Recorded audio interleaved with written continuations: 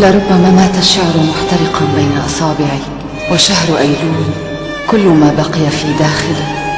خريف طويل يحن إلى أي ربيع عابر لتتفتح فيه أزهار قلبي، ولكي لا أقوى على مسامحتك.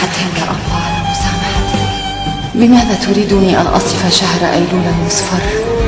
قد يكون جنين حلم لا يستطيع أن يقتات من مشيمتي فيكبر، وأعرف أني أحبك كقصيدة شعر أو كصوت أغنيتي، أو ربما لأني أردت من العصافير يوما أن تغني لحنا آخر، لحنا يطول حينا ويطول أبدا لكي أكون أنا وتكون أنت.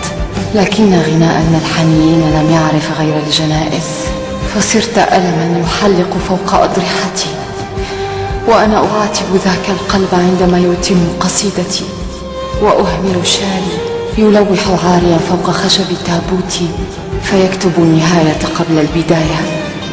تذكر يوما من أيلول وكل أيلول، كيف كنت الأولى في الرقص وفي الصلاة أمامك كأوراق الخريف، والآن أستحي وأنا عارية من ذاك الحب، ويسألني شعري عن أصابعك فأسأل الوقت مغفرة، علي أودع صورتك في صدري وليل جسمي، والآن أسأل القلب ألا يعفو عن قلبك.